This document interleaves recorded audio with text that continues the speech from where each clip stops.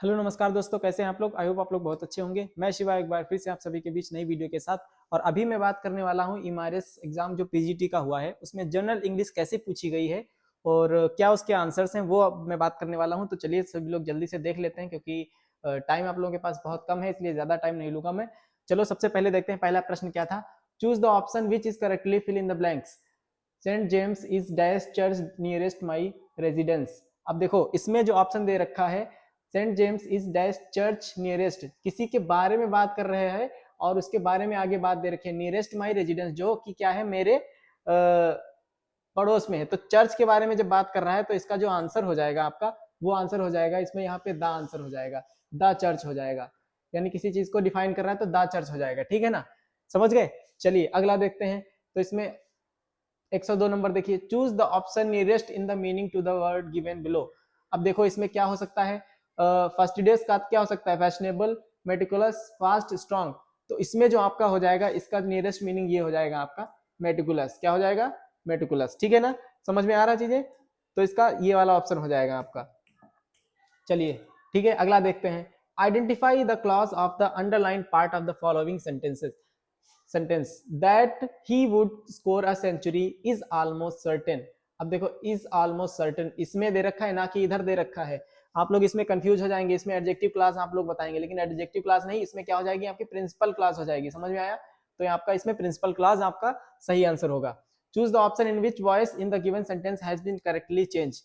आई मैंने जैसे active passive बताया था उसी हिसाब से करेंगे तो इसमें कर पाएंगे, वरना इसमें बहुत कंफ्यूजिंग है। देखिए, I gave you a pen last year. अब देखो I gave you a pen last year, subject को ऑब्जेक्ट, जैसा एक्टिव वैसा पैसिव। अब देखो गेव है, गेव क्या होता है, गेव जो होता है वो किसमें आ गया आपका, वर्ब की सेकेंड फॉर्म यानी दूसरा वाला। तो इसमें क्या चेंजेस आएगा, वाज या वर के साथ प्लस वर्ब की थर्ड फॉर्म हो जाएगा, वर्ब की थर्ड फॉर्म। तो देखो वाज या वर,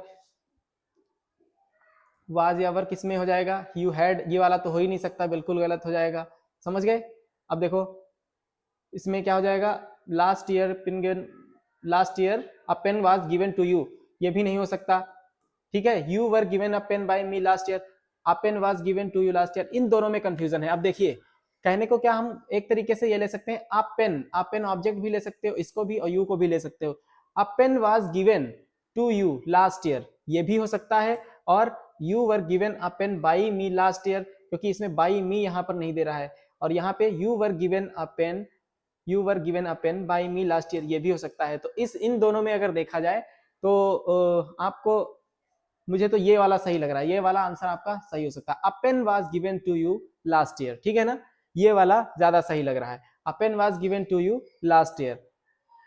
ठीक है ना, इन दोनों में आप थोड़ा सा देख लीजिएगा, you were given a pen by me last year, इन इसमें से। ठीक है ना, अगला देखिए, choose the option opposite in the meaning to the word given below. Integrity, integrity का जो होता है इसमें ये हो जाएगा फ्रेगिलिटी। क्या हो जाएगा, फ्रेगिलिटी। इसका अपोजिट मीनिंग पता करना है, बाकी सब इसे रिलेट करते हैं ये वाले, और ये जो हो जाएगा फ्रेगिलिटी, ये क्या हो जाएगा इसका जस्ट अपोजिट हो जाएगा। ठीक है ना, तो इसका आंसर हो जाएगा फ्रेगिलिटी। चलो अगला देखते हैं 106 number. Choose the option in which the following jumbled groups of words can be correctly rearranged to the form of meaningful sentence। अब देखो सबसे पहले तो ए से शुरुआत हो ही नहीं सकता, विद व्हाट लगा रखा है, ये तो पहले इसमें ऑप्शन देखो क्या हो जाएगा, B A D C, B, B से शुरू हो सकता है, ही रिसीव्ड लास्ट ईयर, ये भी नहीं हो सकता, ऑप्शन कट कर दो। ए बी सी डी, ए से भी नहीं स्टार्ट हो सकता, ये भी कट कर दो। D C A B, D यानी ये the present warning, C is mild constructed, A with what he received last year, हाँ ये हो सकता है। चलो इसको देखते हैं, भी अगला देख लो, ए बी सी, ए से तो स्टार्ट ही नहीं हो सकता, तो ये तो निग्लेक्ट हो जाएंगे। आपका ये वाला क्या हो जाएगा, आपका आंसर सही हो जाएगा D C A B, the present warning is mild constituted with what he received last year. ठीक है ना, तो ये वाला आपका आंसर हो जाएगा। One of the parts of the given following sentences may or may not be have an error, error बतानी है। चलो देखते हैं क्या है भाई। On my way to school I found a 50 rupees note. अब देखो ये मैंने आपको बताया भी था जो मैंने क्लासेस ली थी, इसमें लिखा है 50 रुपीज नहीं होगा, क्या होगा 50 रुपी, नहीं समझे, रुपीज नहीं हो सकता। तो किसमें एरर है, डी पार्ट में। डी कहाँ है, डी इसमें कहाँ दे रखा है, डी इसमें कहाँ दे रखा है, पहला ये वाला आपका आंसर सही हो जाएगा, डी पार्ट में है तो आपका ये आंसर सही हो जाएगा। समझ में आया। ठीक है, identify the meaning of the underline idiom used in the given sentence. अब देखो of a kind on the way he had lunch of a kind, ये किस सेंस में बात कर रहा है? एक तरीके से वेरी स्पाइसी ये तो नहीं हो सकता, वेरी एक्सपेंसिव ये भी नहीं, of great quality of a poor kind. अब देखो ये जो बात कर रहा है वो कह रहा है खाना अच्छा था लेकिन थोड़ा एक निगेटिव पॉइंट में ले रहा है, तो इसमें क्या हो जाएगा? Of a poor kind, great quality में नहीं ले सकते, वो दूसरी चीज होती है, ठीक है ना? तो ये वाला आपका आंसर हो जाएगा, ये गलत हो जाएगा, ये वाला ऑफ अ पुअर काइंड हो जाएगा। Identify the parts of speech, मैंने कहा था पार्ट्स ऑफ स्पीच अच्छे से पढ़ के जाना। Of the underline word in the following sentences, Kamala was all alone when I saw her. अब देखो इसमें बहुत कंफ्यूजिंग है, मैंने आपको क्लियर जैसे बताया था उस तरीके से आपने अगर मेरी क्लास देखी होगी तो आपका सही हो जाएगा। कैसे? ऑल अलोन, ऑल की बात कर रहा है। अच्छा मैंने क्या बताया था, काफी लोग इसमें क्या कर रहे होंगे? एडजेक्टिव लगाए होंगे, एडजेक्टिव लगाए होंगे। कैसे एडजेक्टिव हो जाएगा भाई? हमने कहा था क्या कि जो एडजेक्टिव की भी विशेषता बताता है, यानी एडजेक्टिव को भी क्या करता है? मॉडिफाई करता है, वो क्या होता है? एडवर्ब। तो यहाँ पे ये क्या है? एडवर्ब है, क्योंकि एलॉन क्या है? वो खुद ही एक एडजेक्टिव है, एडजेक्टिव को क्या कर रहा है? ये ऑल कर रहा है, ऑल एलॉन, समझ गए? तो ऑल क्या हो जाएगा यहाँ पे? एडवर्ब आपका हो जाएगा। चलिए अगला question, choose the option which is correctly fills in the blanks. The national highway runs dash hill and plain. अब रन्स है, रन्स के साथ में क्या आएगा यहाँ पे? National highway.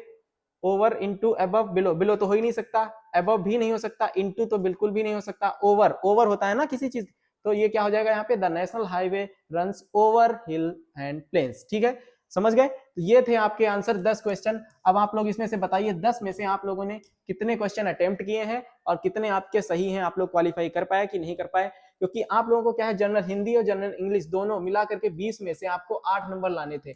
आप लोगों के कितने नंबर बन रहे हैं आप लोग कमेंट करके बताइए, ठीक है ना? तो फिर से मिलते हैं नए वीडियो के साथ, तब तक के लिए नमस्कार।